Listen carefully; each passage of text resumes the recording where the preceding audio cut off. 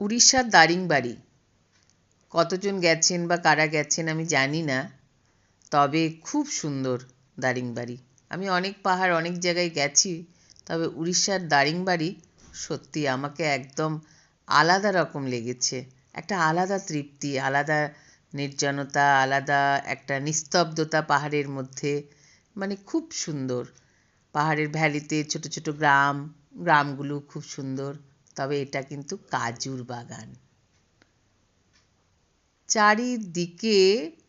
এই দারিংবাড়িতে পাহাড়ের গায়ে সবই ঔষধি ছড়িয়ে আছে।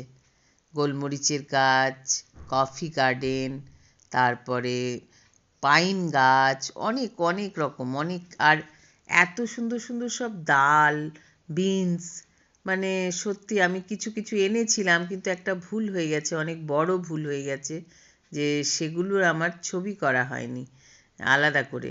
তাহলে আমি এর সাথে আপনাদেরকে দেখাতে পারতাম যে কত ধরনের বিনস ওখানকার মানে লোকাল প্রোডাক্ট, ওই পাহাড়ের থেকে ওদের নাকি উৎপন্ন হয়।